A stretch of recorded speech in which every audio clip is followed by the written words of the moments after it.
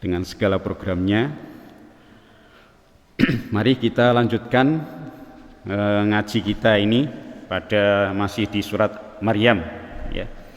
Masih di surat Maryam, dan pada bulan yang lalu kita sudah selesaikan kisah daripada Maryam, ya.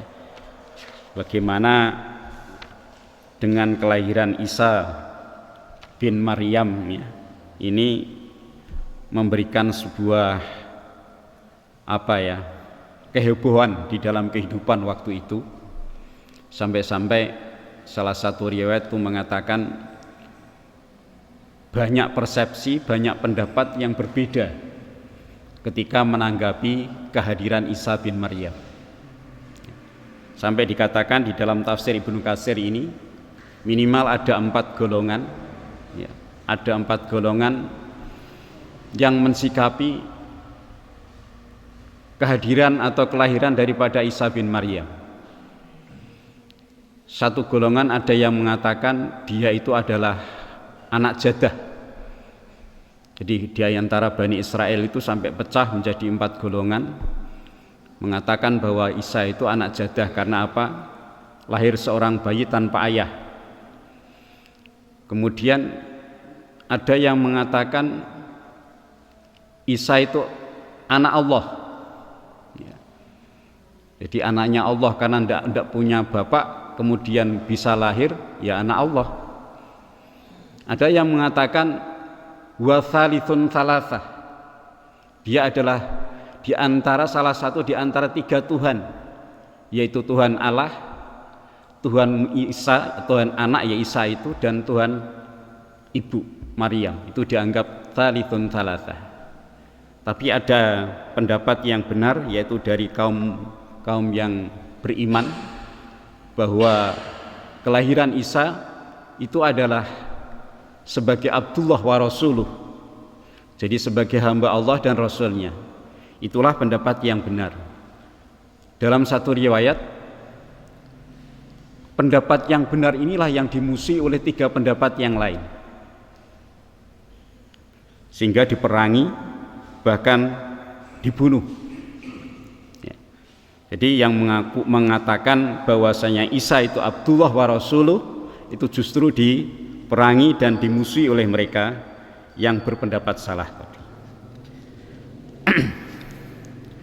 Tapi di dalam ayat itu Allah memang menegaskan bahwa dzalika Isa bin Maryam qaulal haqqil ladzi fihi yamtarun tadi, ya. Jadi dia adalah Isa bin Maryam. Apa yang dikatakan Isa itu kebenaran, karena memang Maryam ketika dituduh macam-macam itu dia hanya bisa menuding, berisyarat kepada anaknya yang masih di dalam buayan itu.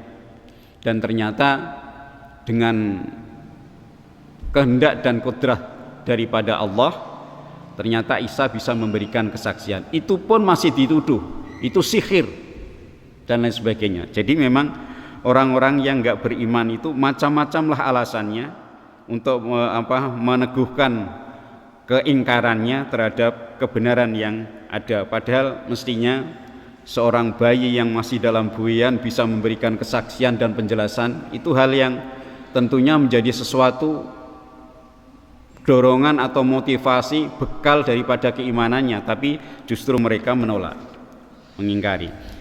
Oleh karena itu, Bapak Ibu sekalian, kita lanjutkan di ayat berikutnya, yaitu ayat yang ke-38, ya.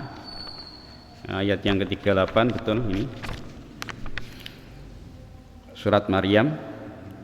Asmi' bihim wa absir yauma ya'tuna. Ya, ini kemarin juga sudah kita singgung bulan yang lalu. Asmi' bihim wa absir. Ya. Ini kalau di dalam tafsir ini dikatakan ini bentuk ta'ajub.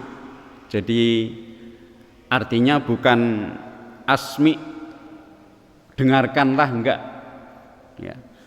Alangkah terang pendengaran mereka, wa absir dan alangkah tajam penglihatan mereka, yauma ya'tunana pada hari mereka datang kepada kami atau hari kiamat, lakinidz zalimuna al-yauma fi dhalalim mubin, akan tetapi orang-orang yang zalim, orang-orang yang kafir itu al-yauma pada kehidupan dunia ini atau hari kehidupan dunia ini fi dhalalim mubin, mereka di dalam kesesatan yang nyata.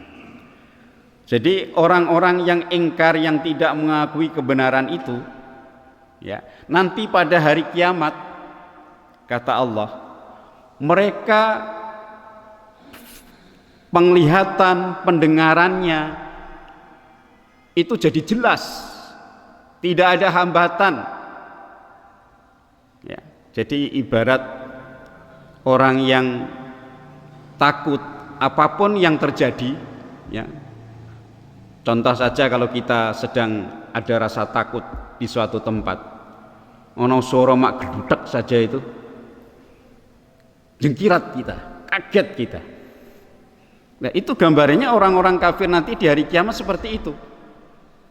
Pendengarannya menjadi lengkap, menjadi sempurna, kemudian penglihatannya menjadi tajam ketika mereka menghadap atau berada di hadapan Allah, yaitu di hari kiamat itu. Ya. Ini dikatakan di dalam ayat ini, di dalam tafsir ini, ya. Yaqulullahu ta'ala mukhbiran anil kuffari yaumal qiyamah. Pada ayat ini Allah memberikan pemberitaan, memberikan penghabaran tentang orang-orang kafir pada saat nanti hari kiamat. Innahum yakununa asma'a syai'in wa absarahu. Sesungguhnya mereka itu di hari kiamat nanti apapun itu dia dengar. Jadi pendengarannya menjadi sempurna, penglihatannya menjadi tajam.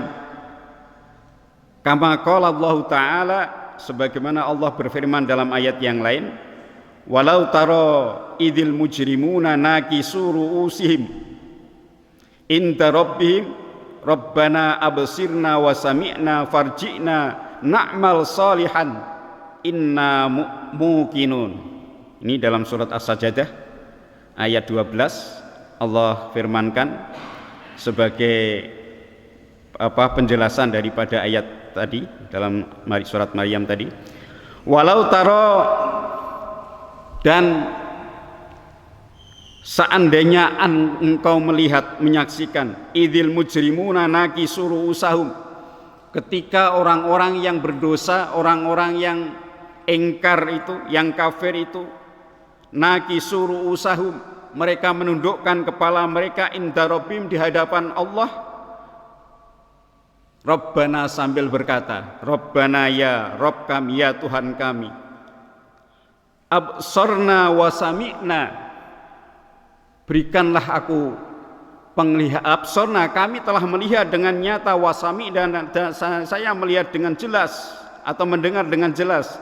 Farji'na, maka kembalikanlah kami, maksudnya kembalikanlah kami ke dunia, na'mal salihan, niscaya kami akan beramal saleh, inna muqinun, dan sesungguhnya kami akan mempercayai. Jadi bapak-bapak sekalian, saudara yang saya hormati, ibu-ibu, ya, betapa menyesalnya orang-orang kafir nanti ketika di hadapan Allah itu, ya. Karena sudah tidak ada alasan lagi dia untuk memungkiri. Kalau di ayat surat Maryam ini, lakinidz zalimuna al-yauma fi dhalalim mubin, tetapi orang-orang yang zalim itu ketika di dunia mereka dalam kondisi sesat yang nyata. Sebenarnya dia punya penglihatan, tapi penglihatan tidak digunakan untuk menerima kebenaran. Mereka punya pendengaran, pendengaran pun tidak untuk mendengarkan kebenaran. Mereka punya hati, hatinya pun tidak untuk bagaimana mencerna sebuah kebenaran. Ini mereka ketika hidup di dunia seperti itu, tapi ketika di akhirat nanti semua jelas. Karena apa? Ya, di hari akhirat itulah apa yang dijanjikan Allah pasti akan terjadi. Gitu.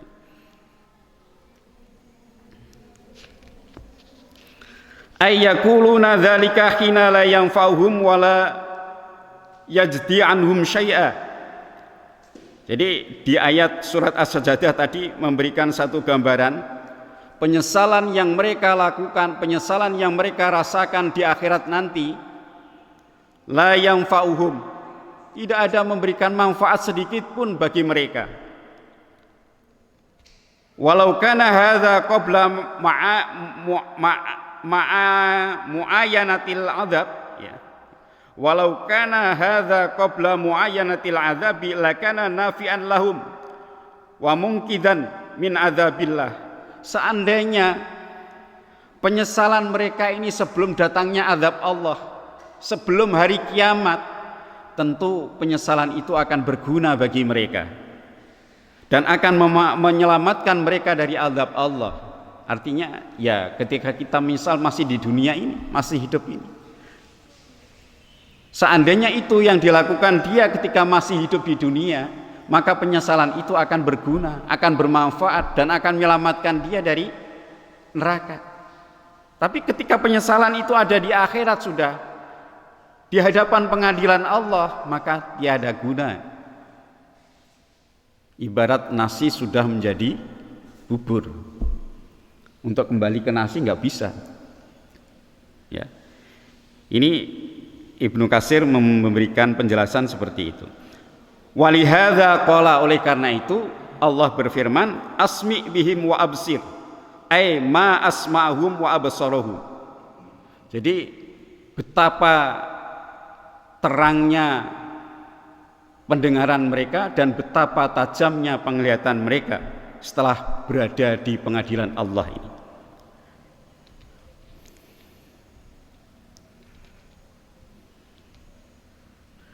Kemudian ayat berikutnya Bapak Ibu sekalian, wa andirhum yaumal hasrati id qudiyal amru wa hum fi ghaflati wa hum la yu'minun. Ayat yang ke-39, wa andirhum yaumal hasrati id qudiyal amru wa hum fi ghaflati wa hum la yu'minun. Ya. Muhammad, wa andirhum, maka berilah peringatan mereka, yaumal hasrati, tentang hari penyesalan. Yaumal hasrah, hasrah itu dari asli artinya adalah berkumpul, ya, dikumpulkan. Idz qudiyal amr, di saat telah ditetapkan segala keputusan, segala urusan. Wahum fi ghaflatin, sedangkan mereka dalam kondisi yang lalai ya terhadap peringatan-peringatan Allah. Wahum la yu'minun, dan mereka tidak mengimani kebenaran-kebenaran yang ada. Ya. Artinya Nabi Muhammad disuruh untuk memberikan peringatan kepada seluruh makhluk, ya, yaumal hasrah, pada hari penyesalan. Idz qudiyal amru, ay fassala baina ahlil jannah wa ahlin nar wa sara kullun ya, ila ma sara ilaihi mukhallidan fi. Jadi idza qudiyal amr itu artinya segala keputusan Allah sudah ditetapkan antara ahli surga dengan ahli neraka sudah dipisah, ya, yufassalu baina ahlil jannati wa ahlin nar, ahli penduduk, calon-calon penduduk surga dan neraka itu dipisahkan tempatnya. Wasara kullun ila ma sara ilahi mukhalidan, mereka sama-sama menjadi atau menempati tempatnya masing-masing, mukhalidan, kekal, di dalamnya. Wahum fi ghaflatin, ya, jadi mereka pada hari itu fi ghaflatin, artinya pada hari ketika masih di dunia, fi ghaflatin, dalam kondisi lupa dari apa? Amma undiru bihi yaumal hasrah wan nadamah. Lupa kalau nanti ternyata mereka itu akan dikumpulkan, mereka akan ada mengalami hari segala penyesalan, yaitu hari kiamat itu, hari dikumpulkannya seluruh manusia.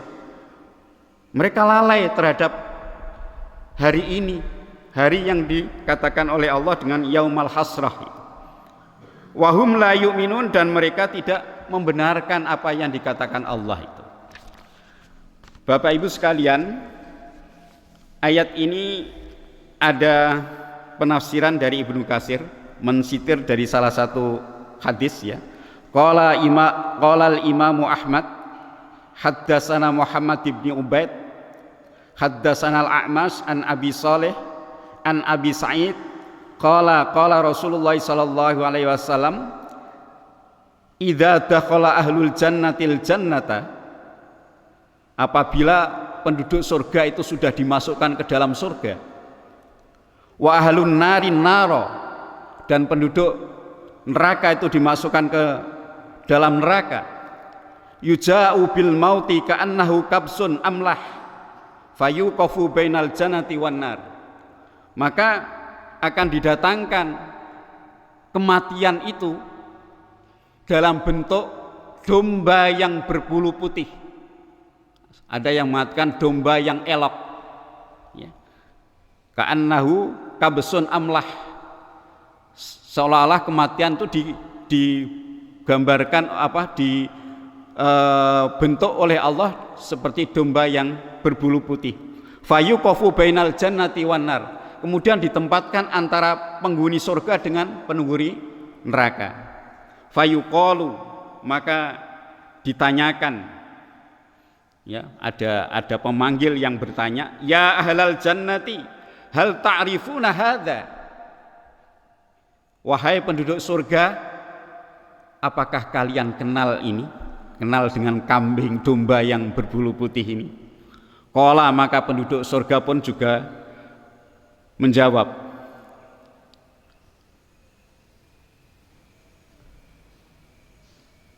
fayusyaribuna ya wa yanzuruna wa yaquluna na'am hadzal maut, maka penduduk surga pun memandang, melihat, meneliti dan mengatakan, na'am hadzal maut, betul saya kenal itu adalah kematian. Qala fayu'maru bi fayudbahu, masih lanjut. Qala fayuqalu, perawi hadis ini melanjutkan riwayatnya, fayuqalu, maka ditanyakan kepada ahli neraka, ya ahlan nar hal ta'rifuna hadza, wahai penduduk neraka, kenalkah kamu tentang terhadap ini, maksudnya pada domba tadi. Qala fayusyaribuna wa yanzuruna wa yaquluna, mereka orang-orang penduduk neraka pun sama, memandangnya, memperhatikannya dan mengatakan, na'am hadzal maut, betul ini adalah kematian, saya kenal ini adalah kematian. Qala fayu'maru bihi fayudbahu, lalu mereka diperintahkan untuk menyembelihnya ya. Kemudian domba itu disembelih. Qala, maka dikatakan wayuqalu ya, qala perawi hadis melanjutkan riwayatnya, wayuqalu, dan dikatakan, ya ahlal jannati khuludun bila mauta, wahai penduduk surga, kamu akan kekal di surga dan tidak akan pernah mati. Wa ya ahlan nar khuludun bila mauta, wahai penduduk neraka, kamu pun juga akan kekal di dalam neraka dan tidak akan pernah mati. Summa qara'a Rasulullah sallallahu alaihi wasallam, lalu Rasulullah sallallahu alaihi wasallam membacakan ayat, wa andirhum yaumal hasrati idz qudiyal amru wa hum fi ghaflatin wa hum la yu'minun. Jadi akhirnya Rasulullah membacakan ayat ini tadi, wa andirhum yaumal hasrati idh qudiyal amru wa hum fi ghaflatin wa hum la yu'minun. Jadi kalau tadi diartikan oleh Ibnu Katsir ini, yaumal hasrah itu hari penyesalan, betul-betul menyesal. Tentunya tidak hanya menyesal, ada yang gembira. Penduduk surga tadi yang dikatakan ya ahla jannati khuludun wala bila mauta. Kamu akan kekal di dalam surga itu dan tidak akan pernah mati lagi. Itu tentunya bagi penduduk surga ya bergembira itu. Ya, senang sekali. Ya.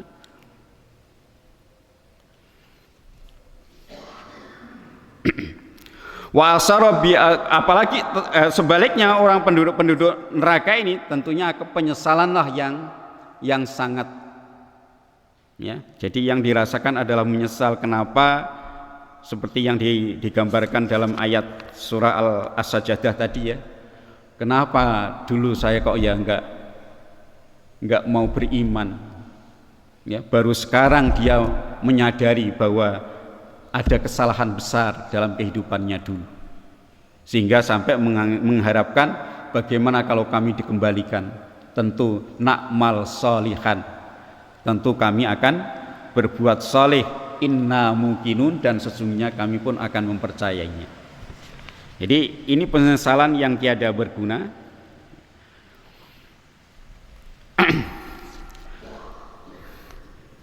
Ini yang terkait dengan ayat wa andirhum yaumal hasrati idh qudiyal amru wa hum fi ghaflatin wa hum la yu'minun. Kemudian ayat berikutnya, inna nahnu narithul arda, sesungguhnya kamilah Allah, narithul arda, yang akan mewarisi bumi, waman alaiha, dan segala yang ada di atasnya dan di dalamnya, wa ilaina yurja'un, dan hanya kepada kami mereka akan dikembalikan. Ya.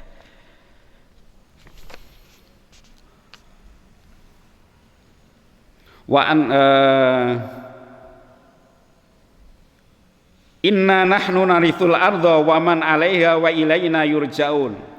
Yukhbiru ta'ala annahul khaliqul malik al-mutasarrif.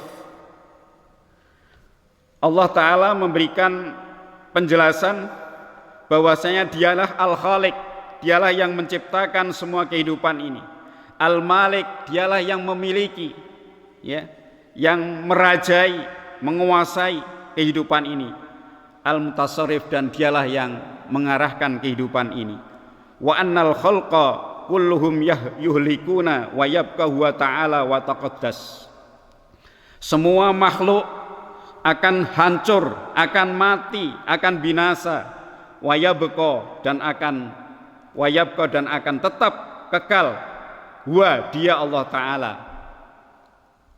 Wala ahadun yud'a malikan wala tasarrufan bal huwal warisu li jami'il khalqihil baqi ba'dahumul hakim fihim fala tudlamu nafsun syai'an wala junaha bi'audatin, ya, ba'udatin wala misqala dzarrah. Maksud daripada ayat tadi bahwasanya setelah kematian terjadi, artinya kiamat tadi terjadi, maka tidak ada yang namanya disebut pemilik, raja, tapi hanya dialah Allah yang sebagai pewaris semua kehidupan, semua makhluk ini. Al-Baqi, yang maha kekal, Al-Hakimu fihim, yang menentukan hukum, yang memberikan ketetapan hukum pada mereka para makhluk. Fala tudlamu nafsun syai'an, dan tidak ada seorang pun yang dizalimi. Wala junaha ba'udatin wala misqala dzarrah. Jadi tidak ada seorang pun yang dizalimi meskipun hanya seberat bulu nyamuk, ataupun yang semisal yang lebih kecil lagi, misqala dzarrah. Jadi Bapak Ibu sekalian, ayat ini memberikan penjelasan bahwa kehidupan ini nanti setelah berakhir semua akan kembali kepada Allah. Semua adalah milik Allah. Namun Allah pun tidak akan berlaku zalim pada siapapun. Dan Allah tidak akan melakukan kezaliman pada makhluknya walaupun seberat bulu lar nyamuk. Jadi sayap nyamuk kok lar ya, sayap nyamuk ataupun yang lebih kecil lagi. Jadi artinya keadilan Allah pada hari itu nanti betul-betul ditegakkan. Ya, seperti yang dulu pernah saya sampaikan, kenapa Allah itu kok menciptakan surga dan neraka? Mbok ya surga semua sajalah gitu. Maka alasan kita kalau Allah memasukkan surga menjadikan surga saja semua akan masuk surga. Artinya rasa keadilan tidak ada. Orang yang berbuat maksiat, orang yang durhaka kepada Allah dengan orang yang taat kepada Allah sama saja nanti endingnya. Maka Allah menciptakan surga dan neraka itu sebagai sifat keadilannya Allah kepada kita. Sehingga yang berbuat sekecil apapun kebaikan Allah tampakkan. Yang berbuat sekecil apapun kejahatan Allah pun juga hisab. Allah menghisabnya. Maka di dalam ayat itu faman ya'mal misqala dzarratin khairan yarah wa may ya'mal misqala dzarratin syarran yarah. Jadi meskipun sebiji sawi nilai kebaikan itu Allah tampakkan, Allah catat dan Allah balas. Begitu juga sebaliknya, sekecil pun apa perbuatan kita yang jahat, yang durhaka kepada Allah, dosa yang kita lakukan, Allah pun juga memperhitungkannya. Jadi tidak ada yang terzolimi. Beda dan dengan pengadilan yang ada di kehidupan kita sekarang. Kadang-kadang yang benar jadi tertuduh, yang salah malah lenggang kangkung. Kan gitu kan? Ini pengadilan yang ada di dunia kita kan seperti itu. Ya, yang benar dikatakan radikal, yang seenaknya sendiri dikatakan toleransi. Ini kan dunia yang sudah terbalik. Tapi di hadapan Allah tidak ada seperti itu. Kebaikan sekecil apapun Allah perhitungkan. Kemudian kejahatan sekecil apapun Allah juga akan catat untuk diberikan balasan. Itu Bapak Ibu sekalian yang dirahmati oleh Allah, ayat yang ke-40 ya. Nah, sekarang kita masuk pada cerita lain. Jadi di surat Maryam itu pertama ceritanya Zakaria, Yahya. Yang kedua ceritanya Maryam, Isa bin Maryam. Nah, yang ketiga ini ada kisah lain. Ya. Saya baca dulu sama-sama ya. Ini lanjutannya, kalau yang ayat tadi memang sudah kita singgung pada bulan yang lalu. Maka ayat yang ke-41 ini A'udzu billahi minasyaitonir rajim. Wadhkur fil kitabi Ibrahim innahu kana siddiqan nabiyya. Monggo sareng-sareng, Pak. Wadhkur fil kitabi Ibrahim innahu kana siddiqan nabiyya idh qala li abihi ya abati lima ta'budu ma la yasma'u wa la yubsiru wa la yughni 'anka syai'a. Monggo. Idh qala li abihi ya abati lima ta'budu ma la yasma'u wa la yubsiru wa la yughni 'anka syai'a. Ini ada kalimat-kalimat yang semuanya pendek, Pak ya. Jadi ya abati lima ta'budu ma la yasma, lima ta'budu ma ya, jadi itu agak dicermati. Saya ulang sekali lagi, biar tidak nafasnya tidak ngos-ngosan mandek di jalan lah.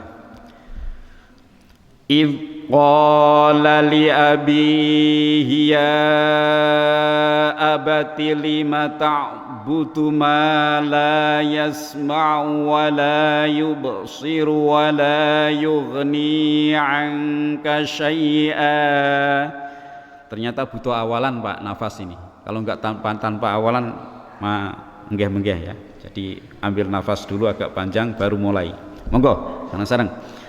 Idh qala li abihi ya abati lima ta'budu ma la yasma'u wa la yubsiru wa la yughni 'anka syai'a.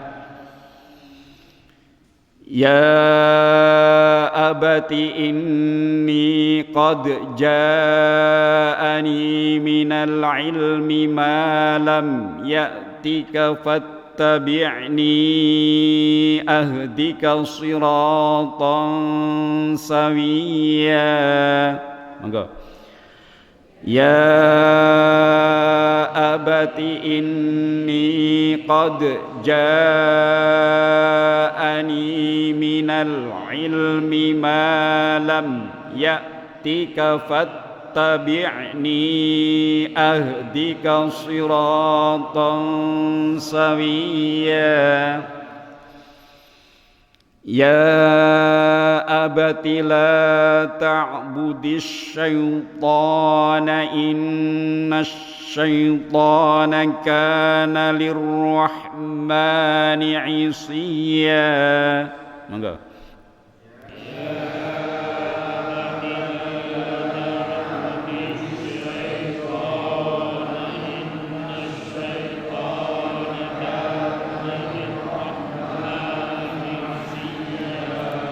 Ya terakhir, ya abati inni akhafu an yamassaka 'adzabun minar rahmani fatakuna lisyaitani waliyya.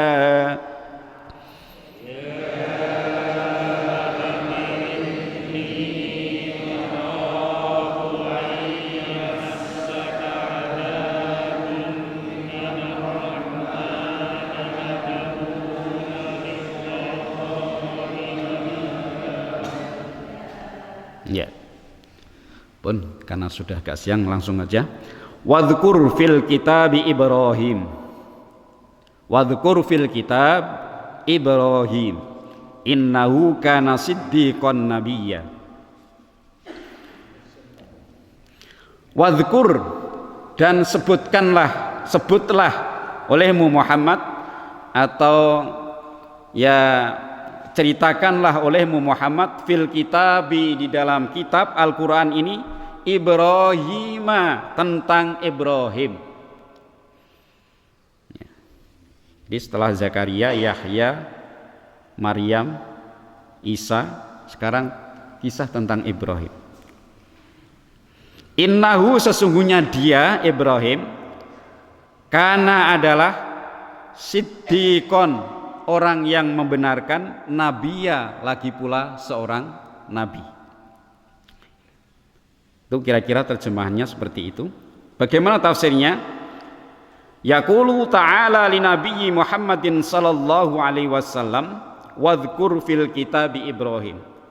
Allah Ta'ala berfirman kepada Nabi Muhammad sallallahu alaihi wasallam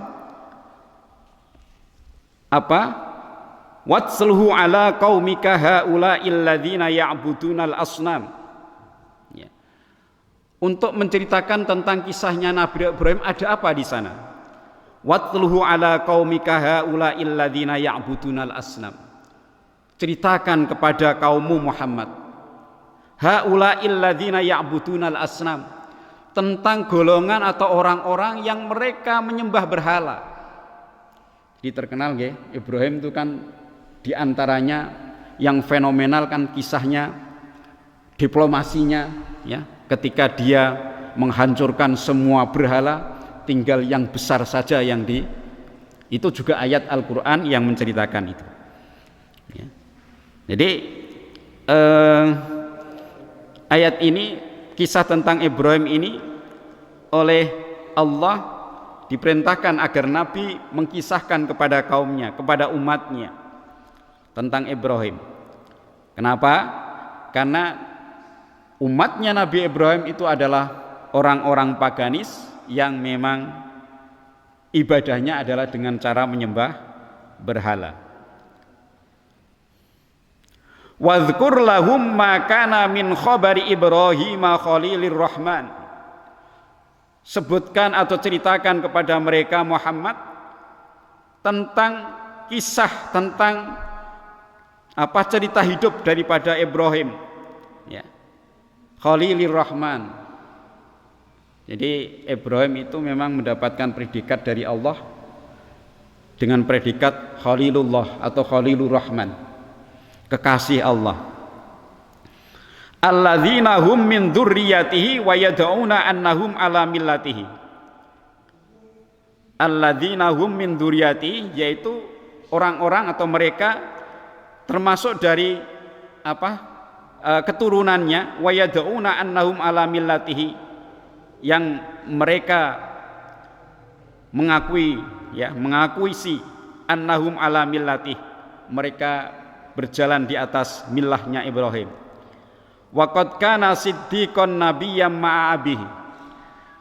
Ibrahim itu adalah seorang yang pembenar, yang membenarkan sebuah kebenaran, lagi pula seorang nabi bersama dengan kisahnya bapaknya, bersama kisahnya Ibrahim berserta dengan bapaknya. Ya.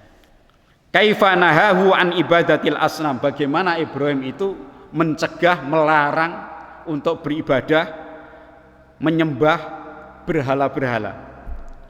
Nah, ayat berikutnya mengatakan faqala ya abati lima ta'budu ma la yasma'u wa la yubsiru wa la yughni anka syai'a. Awal Ibrahim mengatakan, berdialog dengan bapaknya, wahai bapakku, lima ta'budu ma la yasma'u wa la yubsiru. Wahai ayahanda, kenapa panjenengan kok menyembah sesuatu yang tidak mendengar dan tidak bisa melihat, wala yughni anka syai'a, dan sesuatu yang tidak bisa memberikan pertolongan kepadamu sama sekali? Kenapa hal yang seperti itu kau sembah ya wahai bapakku? Wala yughni anka syai'a di sini diartikan ay la yanfa'uka wala yadfa'u anka dhararan. Ya, wala yughni anka syai'a itu artinya sesuatu yang tidak bisa memberikan manfaat kepadamu dan sesuatu yang tidak bisa mencegah bahaya bila bahaya itu menimpamu. Jelas yang namanya batu yang nggak bisa apa-apa, ya. Makanya ketika diplomasinya Ibrahim itu sebenarnya itu juga mengingatkan kepada kaumnya. Oh iya ya, menyadarkan harusnya. Ketika ditanya apakah kamu itu yang menghancurkan berhala-berhala kami, sesembahan-sesembahan kami ini? Oh enggak. Tanya saja itu pada yang berhala yang besar yang ada yang dikalungi wadung itu. Di saat diplomasi seperti itu, kaumnya itu sudah mestinya sadar. Oh iya ya, mana mungkin aku bisa bertanya kepada dia. Tentunya dia sadar, ditanya saja nggak bisa, apalagi bisa memberikan manfaat, apalagi bisa menahan madarat. Ini mestinya logika itu nyanda gitu nih, tapi mereka tidak, malah marah itu kan. Ini jadi pertanyaan atau dialognya Ibrahim kepada bapaknya seperti itu. Wahai bapakku, kenapa kau menyembah sesuatu yang tidak mendengar, tidak bisa mendengar, tidak bisa melihat, dan tidak bisa memberikan manfaat serta tidak bisa menolak madarat? Masih dilanjutkan dialognya.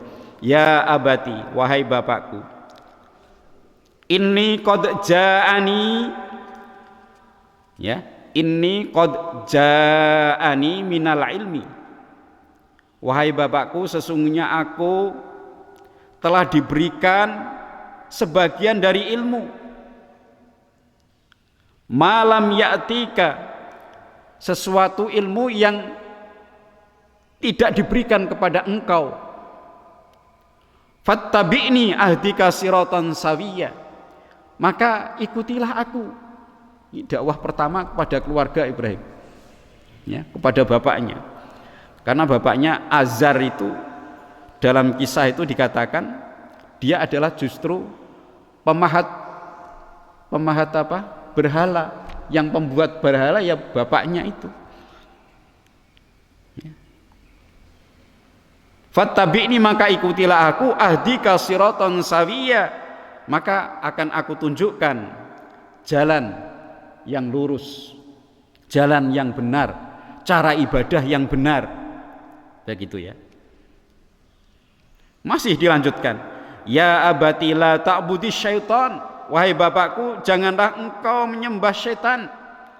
Inna syaitana kana lirrahmani isya, sesungguhnya syaitan itu sangat-sangat durhaka kepada zat yang maha rahman, yaitu Allah subhanahu wa ta'ala. Ayat terakhir, ya abati inni akhafu ayyamassaka adzabun minar rahman fatakuna lisyaitani waliya.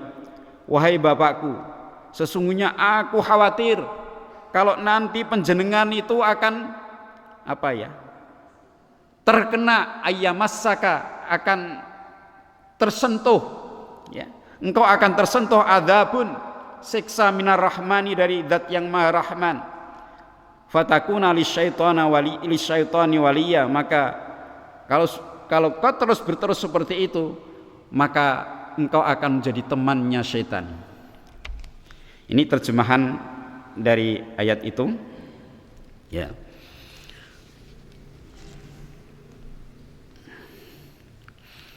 Faqala ya abati lima ta'budu ma la tasma'u wa la yubsir wa la yughni anka ay la yanfa'uka wa la yadfa'u anka dhararan. Ya. Kemudian ya abati inni qad ja'ani minal ilmi ma lam ya'tika fattabi'ni. Yaqulu,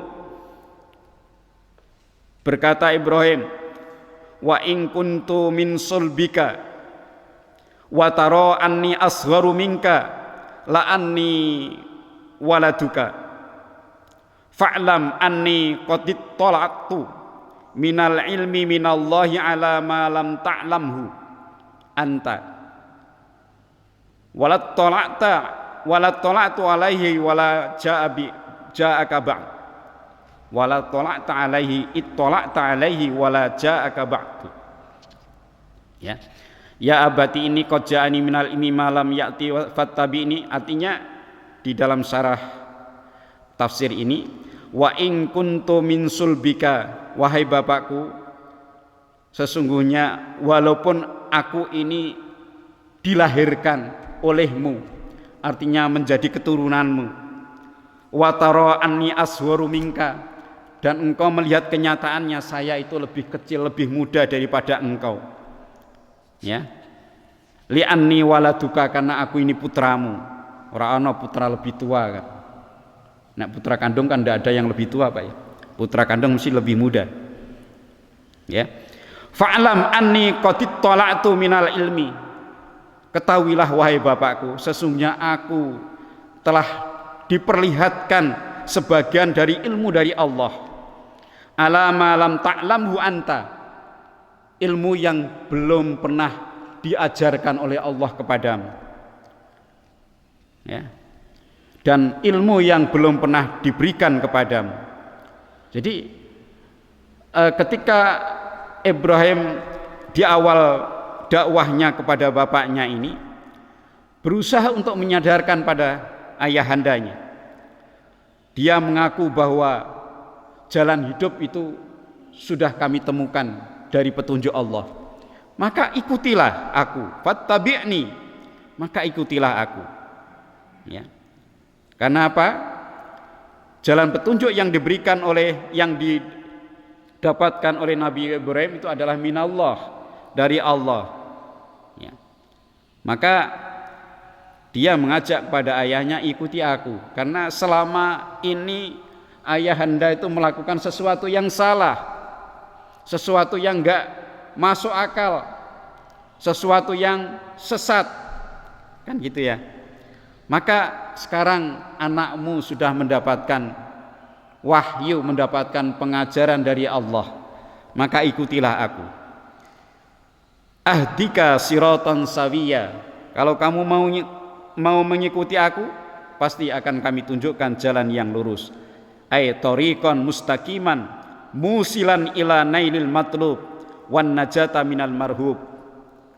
Ibnu Katsir mengartikan ahdika siratan sawiya ay tariqan mustaqima, jalan yang lurus, musilan ila nailil matlub, yang akan menyampaikan menyampaikan sesuatu yang akan dicari. Hidup ini kan mencari jati diri, hidup ini mencari hal yang menyelamatkan diri. Maka ikuti aku, maka akan sampai apa yang kita cari. Wan najata minal marhub, dan selamat dari hal yang menakutkan. Ya. Di ayat-ayat tadi kan sudah diceritakan bagaimana orang akibat orang kafir, penyesalan adanya kan. Itu hal yang sangat menakutkan. Ya. Ya abati la ta'budis syaitan ay la tuti'hu fi ibadatika hadhil asnam fa innahu huwa da'i ila dzalika warradhibi. Ya, janganlah ya abati la ta'budis syaitan, artinya janganlah la tuti'hu, janganlah engkau mentaati, ya, mentaatinya syaitan, fi ibadatika, dalam cara ibadahmu, hadhil asnam, pada berhala-berhala ini. Fa innahu, karena setan itu huwadai, dia mengajak, ila dzalika, dengan cara ibadah yang salah seperti itu, warradhi, dan dia senang kalau panjenengan itu terus menerus dengan cara ibadah yang seperti itu. Kama qala ta'ala, ini dalam ayat lain juga ditegaskan, alam a'had ilaikum ya bani adam alla ta'budis syaitan innahu lakum aduwwum mubin. Surat Yasin ayat 60. Ya. Alam a'had ilaikum, bukankah aku telah mencanangkan, memberikan perundang-undangan kepada kamu, memberikan larangan kepada kamu, memberikan janji kepada kamu, kalian, ya bani Adam, wahai bani Adam. Apa perundang-undangan Allah? Allah ta'budus syaiton, jangan sampai kalian itu menyembah syaitan. Innahu lakum aduwwum mubin, sesungguhnya setan itu adalah musuh yang nyata bagi kalian. Jadi ayat ini mempertegas tafsir daripada ayat sebelumnya yang disampaikan oleh Ibrahim kepada bapaknya. Wa qala iyad'una min dunihi illa inasa. Cara menyembah seperti itu tidak ada lain hanyalah menyembah selain Allah yang berupa berhala-berhala. Wa iyad'una illa syaitanan marida. Dan kalau sudah menyembah berhala, berarti kan mengikuti setan. Artinya berarti wa iyad'una illa syaitanan marida, kamu pun tidak lain hanyalah menyembah, mengikuti ajakan setan yang durhaka, yang penuh durhaka. Bapak-bapak sekalian, hadirin yang saya hormati, jadi ini dakwah ajakan Nabiullah Ibrahim yang begitu berani, ya, terhadap ayahandanya, dan ini memberikan pengertian kepada kita bahwa yang namanya dakwah itu awal sebagaimana Rasulullah lakukan sama, mengawali dari kerabat, keluarga dekat, ya kan? Jadi dakwah yang dilakukan oleh Rasulullah pertama kali itu mulai dari kerabatnya dulu, dengan sembunyi-sembunyi kan, Rasulullah belum terang-terangan waktu itu. Baru ketika bertambah pengikut, bertambah pemeluk, Allah baru memerintahkan untuk melakukan dakwah secara terang-terangan. Ini ternyata Ibrahim pun sama, memulai dari ayahandanya dulu, karena memang ayahandanya itu paling potensi untuk menebarkan dakwah yang penyembahan yang salah, karena sebagai pemahat patung kan? Maka di samping bapaknya juga karena itu juga, sehingga berkewajibanlah Ibrahim untuk awal kali dia melakukan dakwah kepada ayahandanya. Wa qauluhu inna syaitana kana lirrahmani asiya, ay mukhalifan mustakbiran an ta'ati rabbih fataraddahu wa ab'adahu fala tattabi'hu tasiru mithluh. Ya, maksudnya ayat inna syaitana kana lirrahmani asiya, ay asiya maksudnya di sini durhaka. Durhaka yang bagaimana? Ay mukhalifan, ya, menentang Allah, mustakbiran dan sombong, an ta'ati rabbi, untuk taat kepada Allah. Maka fataraddahu, ya, wa ab'adahu, lalu Allah mengusir setan itu kan. Ya, nyatanya memang di dalam surah Al-Baqarah itu ceritanya Adam, ya sudah dari sejak Adam, ya iblis itu kan sudah terusir dari jannah lebih awal daripada Adam dan istrinya kan. Wa ab'adahu, dan menjauhkan setan itu, ya, dari orang-orang yang beriman. Fala tattabi'hu, maka janganlah mengikuti setan. Kalau Anda mengikuti setan, tasiru mithlah, maka aku akan menjadi seperti setan. Jadi kalau berkawan dengan setan, maka ya kayak setan kan gitu. Kata tafsir ini. Ini maka jangan ikuti setan. Ya abati inni akhafu ayyamassaka adzabun minar rahman, ay ala syirkika wa isyanika lima amaraka bih.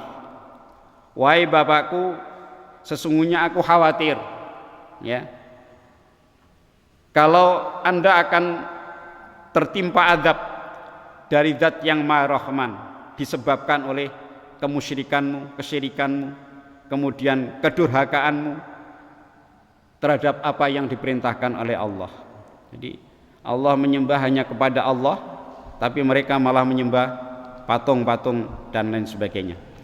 Fatakuna lisyaitani waliya, maka kalau seperti itu maka kamu akan menjadi temannya setan, yakni fala yakuna laka maulan wala nasiran wala muhisan illa iblis.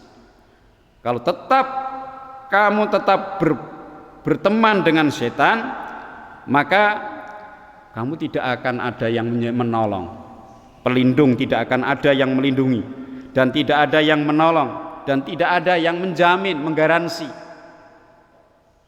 Jadi kalau kita berteman dengan setan terus, maka bukan Allah penolongnya, bukan Allah pelindungnya, bukan Allah penggaransinya, tidak ada lain adalah illa iblis, kecuali iblislah sebagai penolongnya, iblislah sebagai penjaminnya, iblislah sebagai pelindungnya. Padahal iblis sendiri di dalam banyak ayat dikatakan nanti akan cuci tangan itu. Iblis akan lari dari tanggung jawab ketika di hadapan Allah. Boleh katakan di dalam ayat itu salah kowe dhisik nganut aku. Padahal aku hanya sekedar menggoda. Hanya sekedar godain saja kan. Kenapa kamu ikut? Cuci tangan iblis itu. Di dalam banyak ayat diterangkan seperti itu. Ya.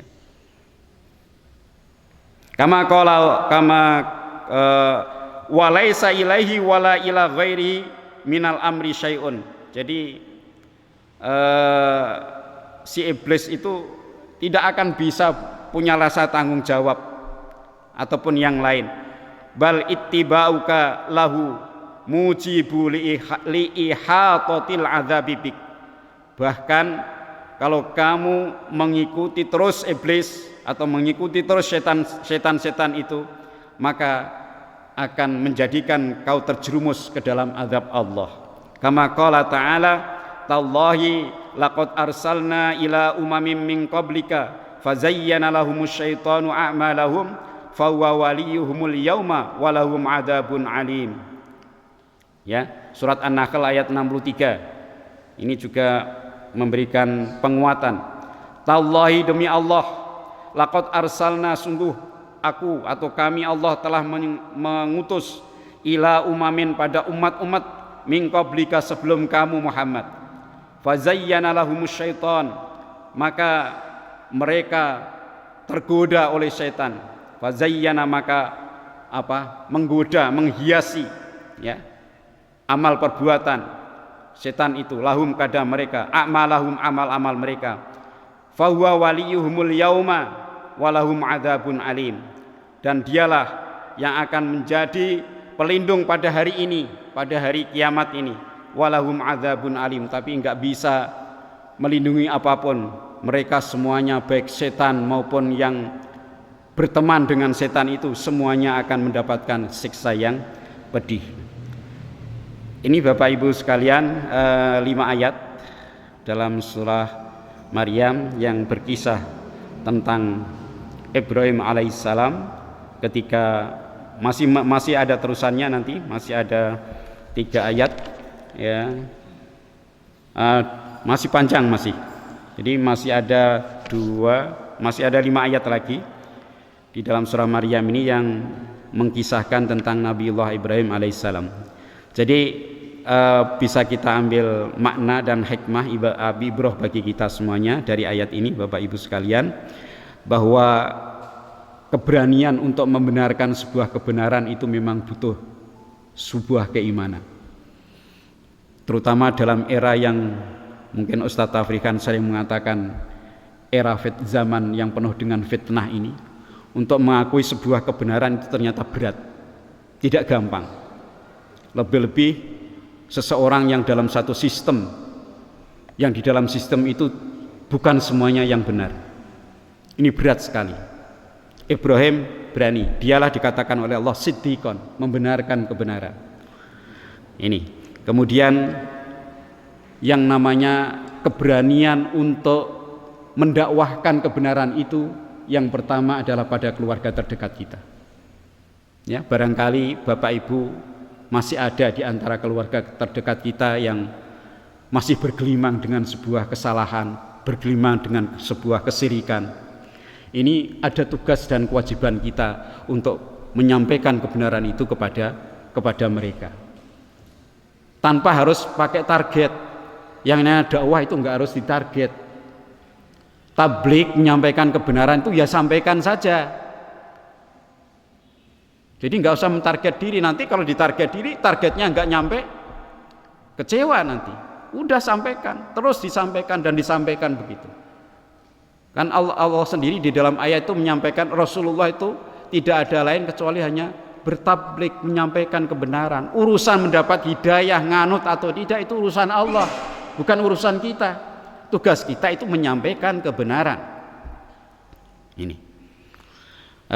Kemudian yang terakhir, dulu yang namanya paganisme, berhala itu memang wujudnya adalah patung. Kemudian terus berikutnya ada yang namanya matahari, berikutnya lagi ada yang namanya api, berikutnya lagi ada namanya pohon-pohon keramat. Ya. Nah, kalau apa istilah sekarang? Apa? Ya macam-macam bisa menjadi berhala itu.